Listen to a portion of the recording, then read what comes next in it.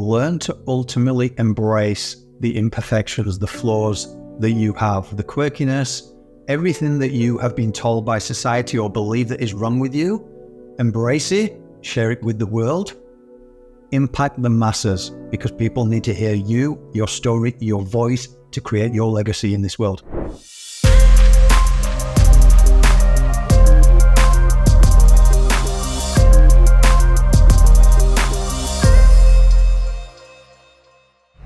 Welcome to the Dr. Espen podcast. I am Espen. Today I'm joined by Glenn Marsden, Australia's transformative speaker and visionary leader behind the highly acclaimed Imperfectly Perfect Campaign. This is going to be a conversation as to how we can start a movement ourselves. If we want to start a movement, we want to start something to drive forward to the world, and how one man did that without money and how we could do something similar.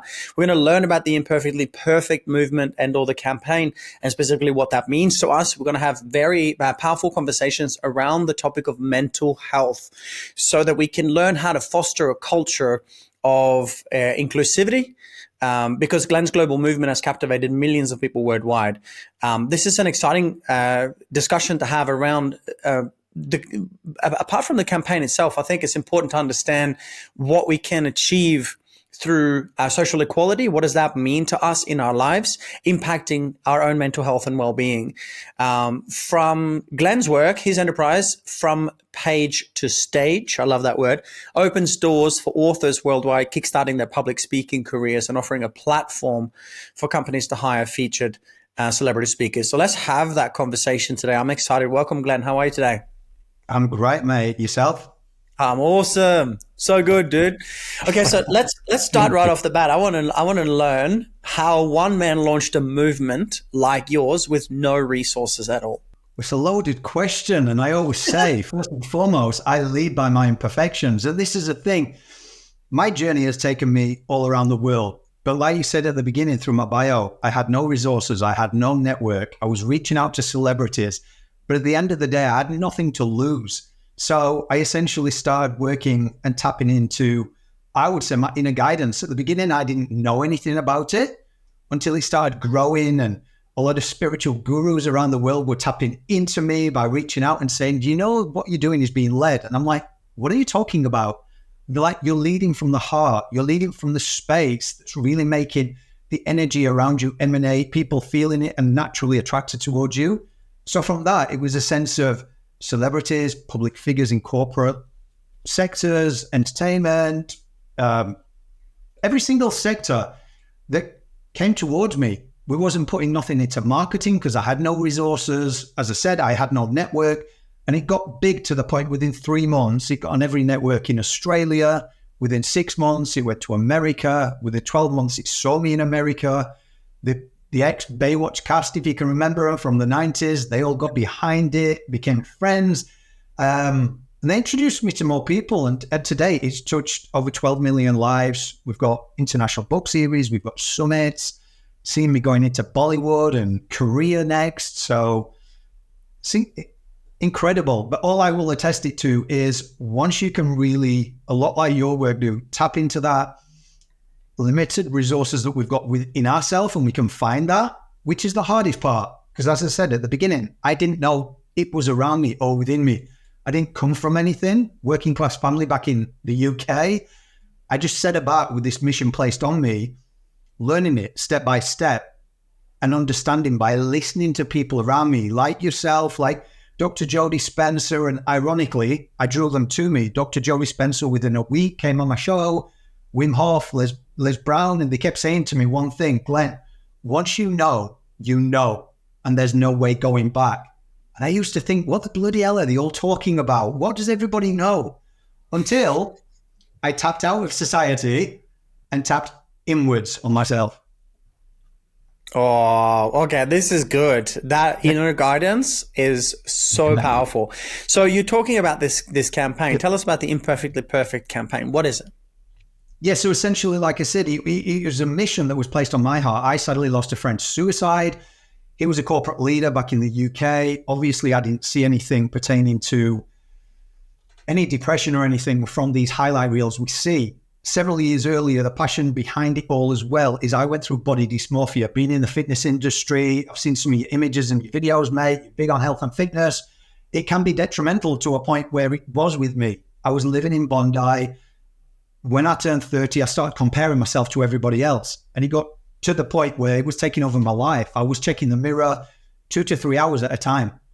And it shows how powerful our mind is. And it really got to a bad stage. So combine those two. Luckily, I sought help.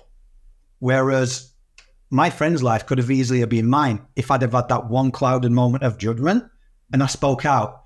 So that was the whole genesis of it, to take things back to basic and remove mass and say, we need to come back to these basic human connection and just speak our truth. Because once we speak our truth, I once heard, and a lot of people think it's love, the highest vibrational frequency is actually authenticity. Absolutely. And that's what I've lived with. And the imperfections, when we realize those are our catalyst for growth and change and evolution.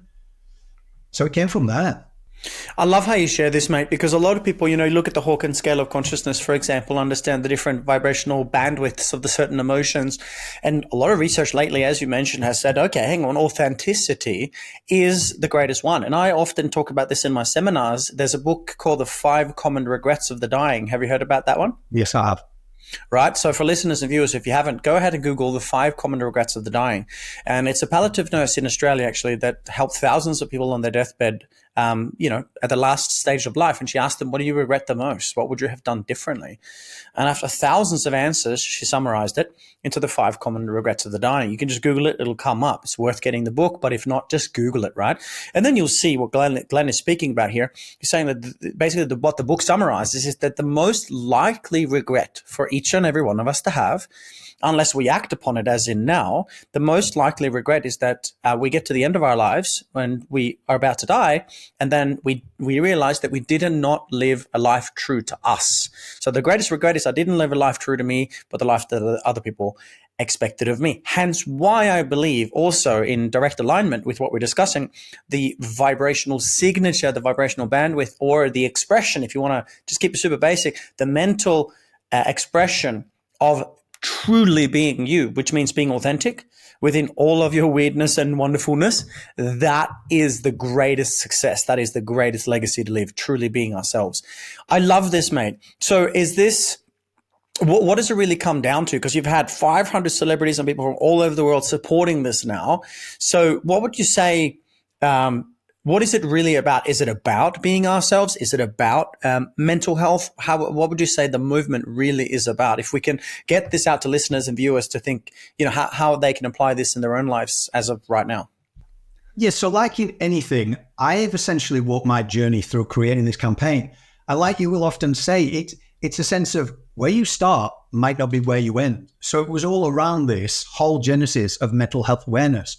And through it, I've evolved, I've grown, and it's more around well-being, and it's encapsulating storytelling, the oldest form of communication, which has passed ancestral down to us. It never changes. Bringing things back to basics and accepting us who we are. And people will know if they listen to the start of the campaign and the podcast, it was all mental health. And then spirituality came into it, and then faith, and then vibrational frequencies and near-death experiences. And it's just opened my mind so much. So it's set out this catalyst where we have events and seminars and we bring people into it. But one of the main things is when I was going through my struggles, I often say that took me to the deepest dark recesses of my mind. And I often thought, if my mind can take me there, where can it take me the opposite direction? And that's when I started listening to people. And I often say 3 types of listeners: those who don't listen, those who try but are too much in their head thinking about what they're going to say next, or those who intently listen to what the wisdom comes through experiences, through speaking to them. I started listening to that. So each person on my podcast, my show, I was like, this is like a mentorship. I know. Some truly successful people. And it isn't about highlights. It isn't about, it's about humility. It's about humbleness, tapping into the frequencies, the energy which we all are surrounded by all the time.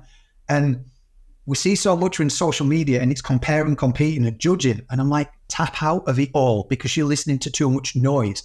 Once I listen to people, I try and go into the control mode, which doesn't get anything achieved.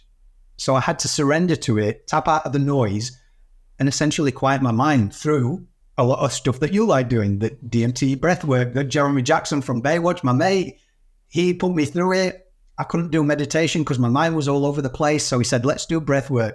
I was too much concentrating on my breath to think of anything. And I went down that. I went through past life regressions, and the stuff that came up just evolved into what I'm doing today. And I was like, people need to realize this is just incredible for what you can draw towards you. I love that.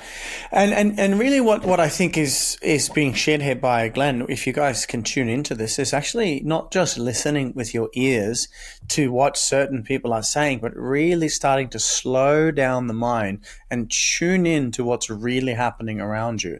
Listening with all the senses, not just, the ears. I love this, mate. And I really resonate with this. And you're right. Very similar methodologies to the stuff that we teach. What strategies do you apply to be able to get this from where it started with an idea of a man that came from England over to Australia 17 years ago to okay, now we've got 500 of the biggest names and we've spread the word globally. What kind of strategies did you use to spread your message globally without initially having that network? See, I'm very transparent. You're going to meet a Yorkshireman that's one of the most transparent people. Insane.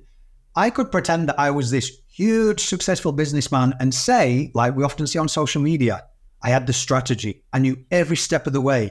But unfortunately, I didn't. I had the belief that I could achieve something. It was never about money because I was not brought up around it. So it wasn't a belief of going, I can't do this, I can't. And along the way, there's been a lot of people look over me, through me, around me, people going, how many people can you actually take a picture of? Because essentially it was photography showcasing things. And it's gone around the world. So ironically, you could look at, I left my career and I jumped into construction. I was doing 12 hours a day, 6 days a week, learning all facets of business, PR. I was doing everything.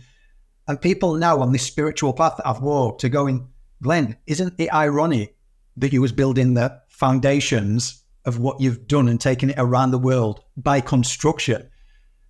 So I learned the facets each way. I put one foot in front of the other. I didn't have expectation on the outcome, which again, when we're relating it to energy, it's you're doing something from a place of passion. Everyone can see it. Everyone can feel it. It's emanating off you. Even though at the beginning, like I said, I didn't understand none of this stuff. Everyone just saw the passion and said, we want to get behind this guy. Because I was just Joe Bloggs down the road. Nobody knew me. And you'll see some of the content. And I often ask people now, I say, you've got like Willie Mason or some of the biggest names in Australia, which I started out. And I invited them to my apartment, to my makeshift photography studio. And I'm like, just think about it. This random guy reaches out, says he's got this mission by a voice note. Would you like to come to my apartment so we can shoot and we'll do a podcast? And everyone's like, how did you do the podcast? I'm like, I had GarageBand on my laptop and I told people to sit closer to me and I pressed record. So there was no amped about it. Where I am now and what I've learned in business, and that's my philanthropic endeavors and everything I've achieved, one foot in front of the other, because I've realized the more I went into listening to the noise and ultimately tried to control the next step, it fell apart. I lost the passion. I don't even know what to say at this point. I mean, what I'm receiving here, ladies and gentlemen, listeners, viewers, what's happening here, and my 2 cents worth, is a permission piece for imperfect action. I talk about this all the time. People think I need this and I need that. And, they got 5 courses that they've purchased online that they've never succeeded in or finished. And now they're looking at doing something else before they can do that thing. What Glenn is saying is just, hey, listen, if you send that message, and I did this last night actually, to a high net worth individual, it's just incredible what comes through. Even like I mentioned with podcasts, having the opportunity to interview amazing people and developing those relationships up in next level. But what I'm hearing is there is no strategy that was ABC. In fact, when strategy and setting out each step of the way was applied, it all kind of quote unquote fell apart. What Glenn is saying is be present. Take one step at a time, one foot in front of the other, keep on going. And if you end up being so lucky to have someone in your apartment and you record a podcast on a computer with no microphone like this, perfect. Yep. Better to have them in the office, in the apartment, and doing a interview with them than saying, no, I don't have the microphones and the cameras yet, because then you will never get to it because it didn't happen, because you didn't seize that moment when it was in flow. Give me your comments. Was that about right? That's perfect. It's the imperfect action. Like we're all pertaining to be perfect, and social media is highlighting it. And I often say, everyone, you mentioned the 5 programs people are on. I said this the other day. I'm like, so if you're seeking a searching on an algorithm that then going to jump into your habitual patterns of manifestation, what we all see, you're going to get maybe 20 videos of 20 different personalities with 20 different modalities, but yet the commonality is the same. Their program will specifically work for you. What that should be telling you is that we can tap into our inner guidance. We can listen, we can be guided, but truly do your due diligence and pull back and get out the noise and walk forward on the imperfect action and go, I don't know everything. And I'll tell you something, when you do get in front of those truly successful people and you tell them your truth, they have said to me in the past, Glenn, don't lose that. Because the people that you try to get around, they've been through what you've been through. They can see through it immediately. So be you, be authentic, and you're going to watch your world change. Like these days, people can see the podcast, they can see the big names and go, oh, well, there's a lot of podcasts with a lot of big names on it. That's great. What's your point of difference? I say, I build relationships. I say, you see my book series where I now share the stories of the public who want to get involved and amplify. And I bring 6 to 10 of the world's biggest names in my book. And the events, we do the same thing. And everyone's like, how are you getting these big We recently did one in Hollywood. I organized it from Australia. I'd never done an event in my life. From Australia, I organized a Hollywood event. I got the Baywatch cast there. I got other names and publicists and publicity. And everyone's like, how did you do it? And I'm like, one foot in front of the other. Imperfect action. Oh, dude, I love this. Okay, listeners and viewers, I love turning wisdom into applicable coaching steps. And here's one of the steps. Take a moment to pause this if you're watching the recording and write down where in your life have you been stagnating, hesitating when you should be taking action imperfectly. Where have you been holding yourself back from fear or whatever when you know you should have done something about it? Pause if you can. Write down the answer to where you have been sitting on the fence. Take a big breath and press play, and let's see where this goes, because we all know that if we want to be great at something, it is not about being perfect. I talk about this in my seminars. I say something like, imagine if you wanted to be a professional tennis player, just as an idea, and then you had 2 thoughts you could choose from. The first thought was, I'm not going to play tennis until I'm a pro. Right? How far would you get? I mean, not very far. The second one is, hang on, I'm going to pick up the ball in the racket, hit the ball in that direction, and keep on doing that imperfectly until I get better. And the ironic thing is that everyone will say, of course, scenario number 2, you got to just get started. Exactly. But then why haven't you got started? Because you think you need to be better or perfect. Okay. So just sitting with that, whatever that means in your life, professionally, with your finances, with your relationships, with yourself, with maybe what's staring back at you in the mirror. And can we go there, Glenn? I want to have a little talk about that, because I've realized in a lot of my work, a lot of the challenges that people have come from a lack of, well, honestly, self-love, or at least being okay with how we show up in the world. And we're on a conversation about authenticity here. What are your thoughts? I mean, I had a lot of self-realization to do, and I didn't know until I did past life regressions and I went further to some trigger points. I mean, for me, when it comes to body dysmorphia and sharing the truths about that happened when I was 30. And I went to see somebody when it got to its serious point. They were trying to pertain it to childhood trauma. I couldn't. Now, I went back and I did this, and quite frankly, it annoyed me. And I was like, nothing in my childhood I was the first person moving to Australia, taking my top off, going to the beach. It was like when I turned 30, and at the height of 30 was social media. When we're looking at these body beautifuls, I often say, and then I started comparing myself. So mine came at a later age. But when I started sharing everyone else's story through Imperfectly Perfect campaign, I was very authentic about sharing everyone's story. But there was one actress who got me on her show, Heather Maltman, I'll never forget it. And she said, so we know that you lost a friend. We know that you've got so passion, but there's more to it, Glenn. You're resilient. You don't stop. There's something about you. And then I shared my story. And that really just took me to a new level of authenticity. And it opened the doors, and I started doing it and disrupting corporate silence, consulting with corporates and keynotes and just saying, you know what, I am me.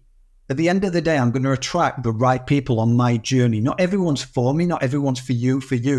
But if I'm going to emanate this energy that is pure authenticity through Imperfectly Perfect Campaign, I'm not going to go through irony and basically showcase a campaign that's gone around the world and not share my story and be true to who I am. So that's morally, integrity, everything about it.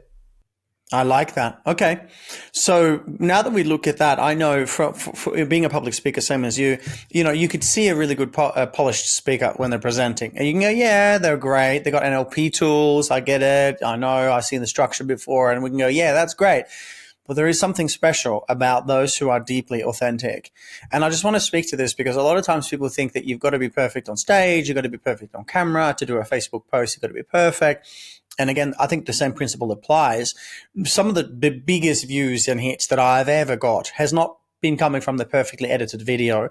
It's come from a video where I've just spoken my heart and I've just gone, hey, this is what's going on. And it's not dragging people down and making it negative, but it's about being honest, raw, real, and vulnerable. And the connection when we do that is incredible. And I wonder which way social media will be moving. Because at the moment, like you said, you look at Instagram and you go, oh, yeah, oh, everyone's perfect. No one's going to post a picture of them not perfect, or at least very few people. So with that in mind, knowing that people are smart, they're clued on, they get it, they want to feel connection rather than, perfection. Where do you think we're headed in terms of, what we can do now to be seen in the market, to get our message out there like you've done? I think it's really interjecting ourselves wholeheartedly in making that change ourselves. It starts with us. We need to start showing up. So a lot of the people that I've stepped forward with in terms of clients and everything, even the women, they can't go out without makeup on, and it's something internal that we worked on. And then they'll do a podcast without makeup and go, oh my God, that was so freeing. And you know what? I got more views because people connected with me. I think the dangerous thing with social media is because the algorithm, and I always say the elite or whoever's in control of these, it push the algorithm towards silly videos and certain things that aren't really changing the world for the better, which is sad because there's a lot of great things and tools that people need.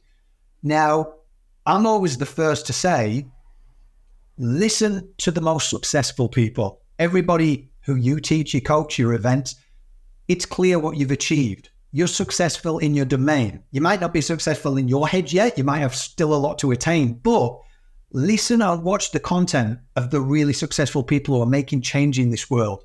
Instead of looking at people on social media, they're polished for a reason because they're trying to attain something and get somewhere. The ones who are humble, who lead with humility, who don't act as experts, who skill set is an expert. But to say that you're an expert in something doesn't leave room for growth, I always say. So humble yourself, get on the camera, just share it. We all have to step somewhere, and attesting to the speakers thing, what you said.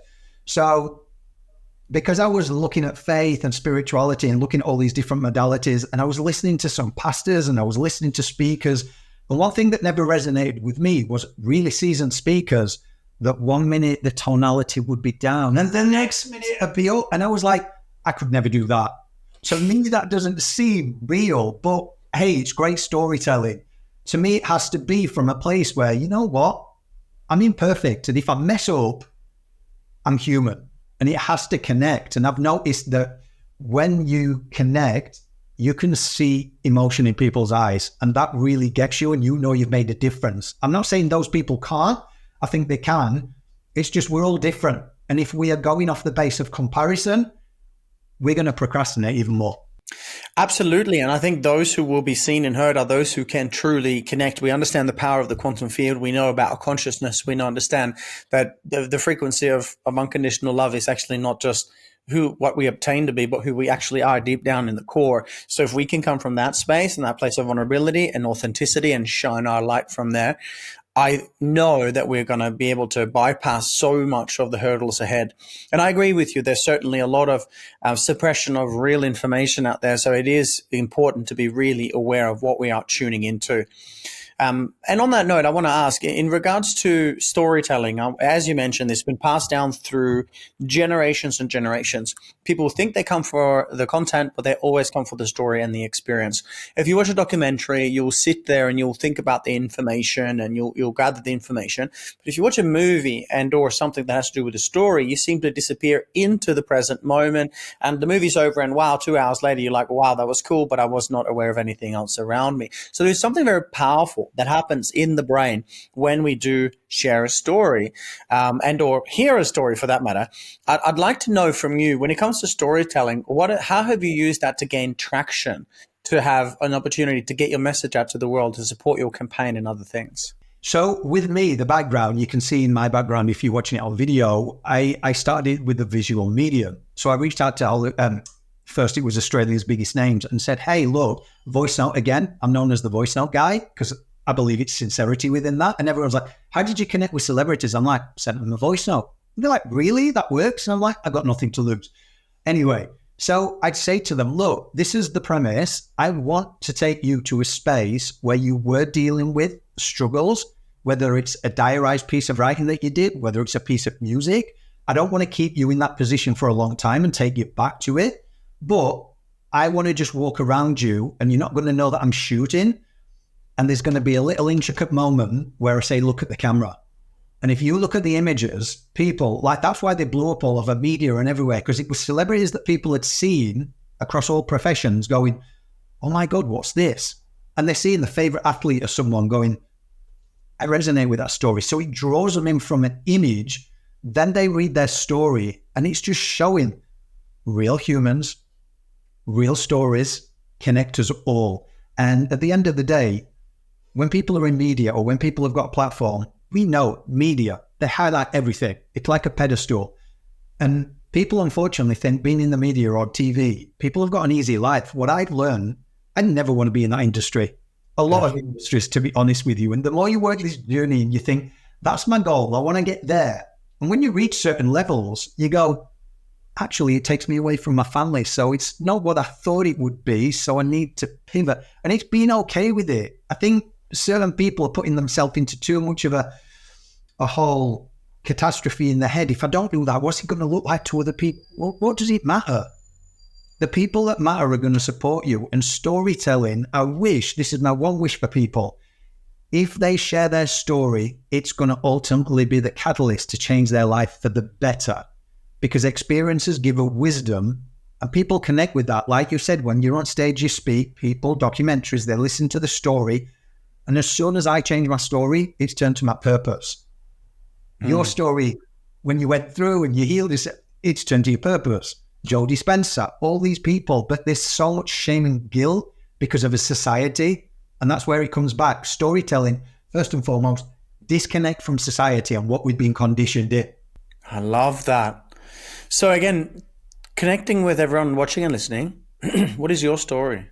And not just what's your story, but choose a event of your life, in essence, the hero's journey, where you went through some challenging things. You know that it's happening for you. Didn't happen to you. And if it happened for you, how are you rising? Rise like a phoenix and return with the elixir kind of thing.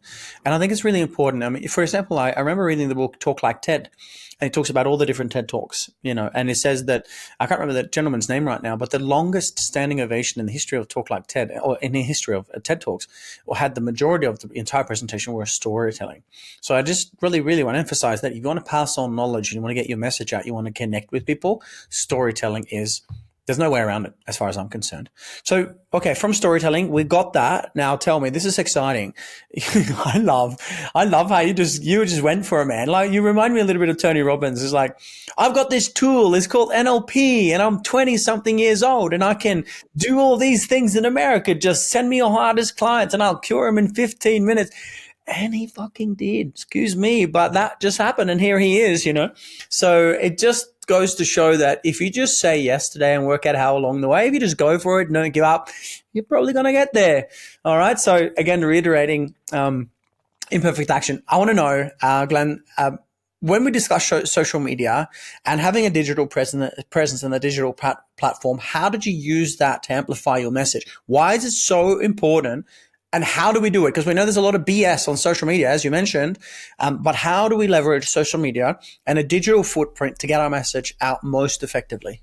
First and foremost, I'd say take your head out of the numbers. Everyone is so much compared and looking at people with hundreds of thousands, millions. If I'm somebody with a campaign that has impacted over 12 million, but you look at the Instagram alone, it's only got like 30,000 followers.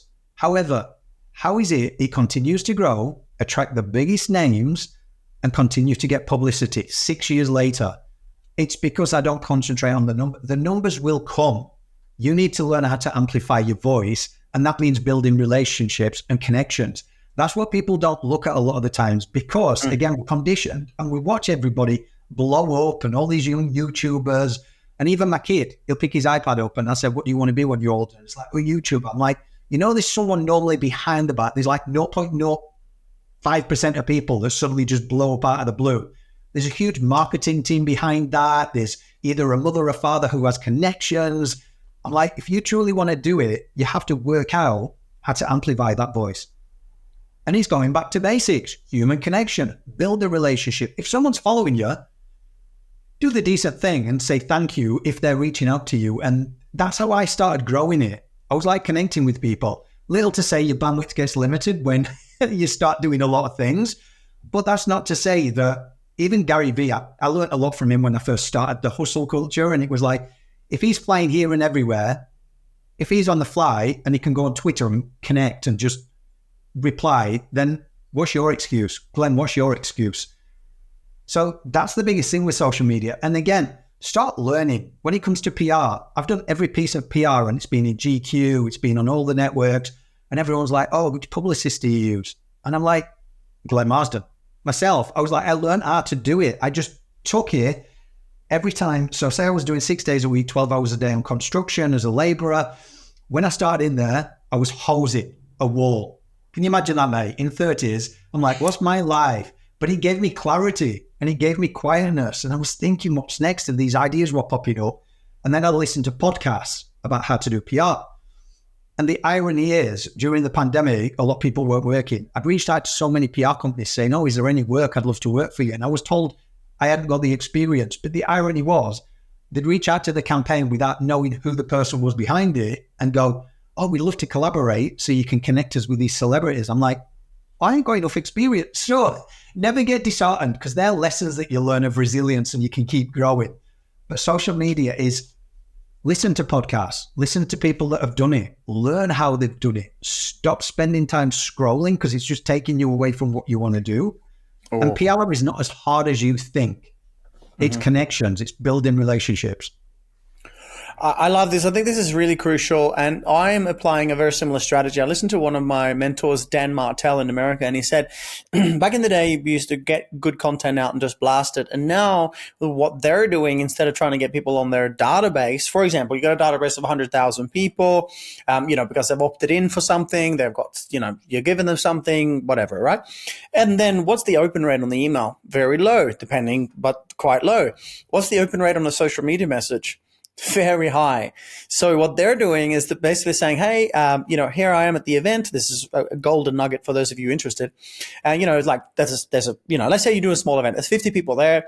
Guys, if you want me to send you this cheat sheet, if you want me to send you something, of value, just comment, hello, or send me this message in Instagram. And then they have all of these followers. And the whole point, as you said, Glenn, is about developing and establishing those relationships.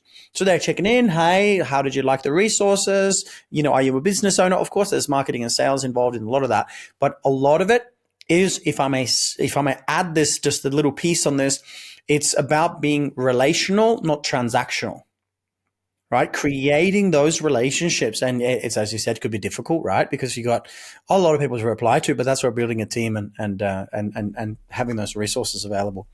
Well, okay. Go ahead. Yeah, over to you, mate. That point, sorry, because I know that you spoke to him as well. Anthony Trucks, amazing guy. So a couple of years ago, he came on the show, talked to him regularly. And a lot of people that I know were sending me pictures when Anthony Trucks was with Lewis Howes and they were in a jet and then they were doing some work in a room with Mel Robbins and all the rest of them. Everybody was sending it me to go, oh, I'd love to be in this group. I was too busy concentrating in the background. I was looking and going, okay, so they're all learning the next level of what they need to do to attract this. Whereas everyone's looking at the polished thing, the external thing. I was looking beyond and going, so Anthony, I want to know, how do you get in that circle? I believe it'd be morals, integrity, it'd take a time. It was like, Glenn, biggest piece of advice I got, you need to earn your seat at the table. Mm-hmm. So when you have that and you're looking at Lewis Howes and that, and they're doing interviews with each other, Lewis Howes doesn't do much, but they'll go in the cycle of each other's. That's a tight-knit community that you need to build. And I never understood that at the beginning because I was like, why don't everyone just come together? And the more you grow, you're like, you need dynamic people, but you need people of that high vibrational frequency to pull people in that are going to keep everyone elevated. And I will just say, and Evan Carmichael came on the show and I asked him one question, and I'll just say, because it's a really good teaching point to people. I said, all these people that you get to interview and now associate with and have dinner, what is the biggest thing that you've learned? And he was like, Glenn, they're all human. Every problem that you have right now, they've just got it on a bigger scale. So they're all sat at dinner going, oh my God, I don't know how to do this. Oh, what am I going to do? And they're all stressing out. And he was like, that surprised me. So just because you're going up level and you're becoming more conscious, it's just this evolution. So enjoy it like a game, the game of life. That's how I've started doing it, because the more you can enjoy it, the more you're going to have passion, the more you're just going to vibrate at a higher frequency and just naturally get people and support people, clap the loudest for them.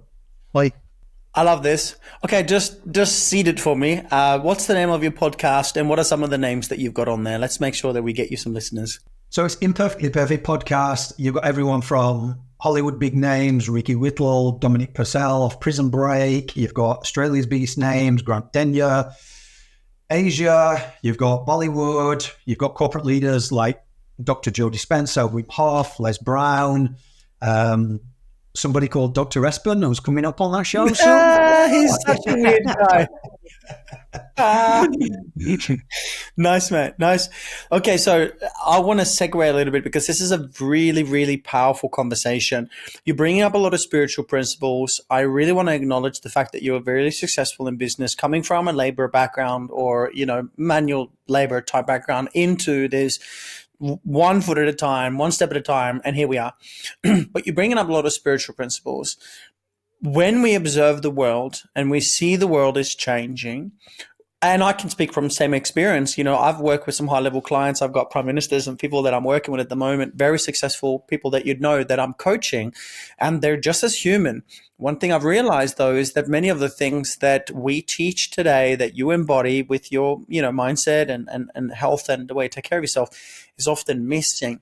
So I'll be coaching someone, high level, they might be worth a couple of billion, and I can't coach them in business because, man, they're way above me. But I'll talk about something nutrition-wise, mindset-wise, or emotional-wise, and it's so basic. And at the same time, it's not integrated. So I just wanted to acknowledge what you said about everyone's human, okay? Everyone's really at the same level, different expressions of this source consciousness. So let's go there, Glenn. When we look at the spiritual aspects, we know that we're all one, we're all unique expressions of the one. And as we now look at life, and you talk about imperfectly perfect and so on and so forth, what would you say if you were to give one piece of advice to listeners and viewers at the moment in regards to your experience of, call it spirituality or consciousness? What's the best lesson that you would share with our listeners and viewers? The best piece, again, would be the more that you can tap into that inner guidance and start realizing that we are guided and we've got everything within our vicinity, the resources, is to tap out that noise. Because as much noise as we've got going on in the outside world, and there's a lot, we're never going to be able to tap in. I mean, when I started this, and I'll try and say it as fast as I can, and as transparent as I can, I didn't know what was happening around me. I started this thing, this mission, people coming to me, like I said, guru, shaman, and they were saying, this is being led. And I'm like, what do you mean? And then this world-leading shaman came to me and he said, do you mind if I tap into you? And I'm like, go ahead, mate. What do you mean? And he's like, okay, so look at this. And it was kind of this card and there was all these people in this room. And I was looking, and in my head, in my conscious, I'm thinking, well, I don't want to say I can see something when I can't. Because all these spiritual people who are more seasoned were saying, I can see this is amazing. And does he realize the gift he's got? And I'm like, well, clearly not. So he carried on and he said, can I tap into you? And I was like, okay. And he said, right, I'm going to tap into your energy and I'm going to place a burning sensation somewhere in your body. And I was like, okay. So I'm sat down with my arms like this. And then all of a sudden, I felt like a little laser beam in my shoulder, my right hand shoulder. And I'm like, okay, I can feel something. Again, is it because I'm wanting to? So get out of your head first and foremost, because that's what I used to be told a lot. I was too much in my head. And then he turned it up and he says, right, I'm going to call on my ancestors to help a little bit more. So as he did, this burning sensation was, my arms started shaking, my legs started shaking. And I was like, well, what's going on? And he was like, I know what's going on. And this is a teachable moment for everyone in this room. And all these people are going, oh my God, this is amazing. And still Glenn is going, well, the bloody hell's amazing. Like, anyway, long story short, basically when he did it the last time, my arms, for anyone watching on the camera, started doing this. My fingers started dancing like they were typing. And he was like, knew it. And I was like, knew what? And he was like, ladies and gentlemen, what you're witnessing here is a celestial code writer. And I was like, what the bloody hell is a celestial code writer? And he was like, you've got the ability to change the matrix. What the bloody hell is the matrix? So he started working with me and I started tapping in more. And then basically I started downloading messages, and it's not like I'm one of these people that someone could say, hey, can you see something about me? No, it was my own inner guidance. And that's the thing. So the noise thing, I always said, be very careful, because out of everything and all the noise, I went down the route of, I then got baptized because there was a lot of transitions towards faith, not religious, but there was a lot of hypocrisy I was seeing, and that's no disrespect to anyone. And I was like, this don't feel right. So I started doing research at different modalities. And at the end of the day, it was like, I'm on my path. I'm experiencing this human journey myself. Awesome. I can't listen to everybody else, because if I do, I'm going to be living in fear, which is what the government put us in a lot of the time through media. Faith, sometimes that's wrong, that's wrong, that's wrong, that's wrong. Your vibration is going to be so low that you're not going to be able to get anywhere, because you're living in this constant state of, is this right? Am I wrong? I don't know what to do. Well, my God, my head. And then you're listening to the spiritual side. And then because you're seeking, you're tapping into any Tom, Dick and Harry who can tell you how to manifest something, and that's no disrespect to anyone doing what they do. But unless you tap out, and that's through breath work and meditation, where you can connect with yourself a lot more, and that's for free. We can all have the ability to tap into that breath, and that's for free. So long-winded way of saying, mate, tap out of the noise. Oh, and tap out of the noise. And can I add, stop looking outside of yourself for answers. Stop trying to be someone else or like someone else, when your true legacy is to be your unique self. That is the superpower. You don't have to look without or go without when you go within. Is that about right? Yeah. Perfect. And I love this. I love that inner guidance. And because, again, I mean, you look outside of yourself and your mind is busy, so you can't see any answers. And it's like, hang on, have you tried the mirror? What if all the answers that you need are right there?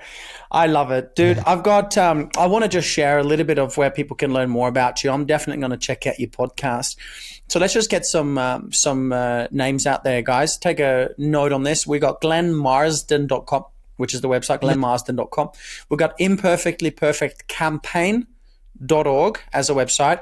And of course, we have Glenn Marsden on socials and Imperfectly Perfect Campaign on socials as well. Glenn, my bro, honoring your path. Love the fact that you've done such great things. I love that you just trusted yourself, gave it a go and went for it. And I'm going to just support you and elevate your prayer in any way, shape and form that I can, because I absolutely just love your heart and your authenticity. I've got one last question for you straight off the cuff, if I may.